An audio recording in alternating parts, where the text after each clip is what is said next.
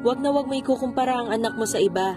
Sa ibang bata, sa kalaro niya, sa pinsan at pati sa kapatid niya. Huwag kang magagalit kung may mga bagay pa siyang hindi kaya. Huwag kang maiinggit kung meron ng iba na wala sa kanya. Dahil hindi natin mamamalayan na may epekto na pala sa paglaki niya ang mga sinasabi natin tulad ng, mabuti pa si ganito, daig na daig ka ni ano, mas magaling pa sa'yo ang kapatid mo. Bilang magulang, tayo ang dapat na unang makaka-appreciate sa kanya. Ang unang magmamalaki sa angking talino at talento niya. At lalong-lalo na, tayo dapat ang unang magtatanggol sa kanya sa mga pagkukumpara ng iba. Turuan mo, gabayan mo, suportahan mo at i-appreciate mo ang mga kakayahan ng anak mo. Huwag kang mapapagod at magsasawa. Tandaan mo, ang bawat bata ay magkakaiba. Magkakaiba ng pacing, magkakaiba ng hilig at magkakaiba ng hubog. Kaya iba siya at iba sila. Lagi mong iisipin na unique ang anak mo.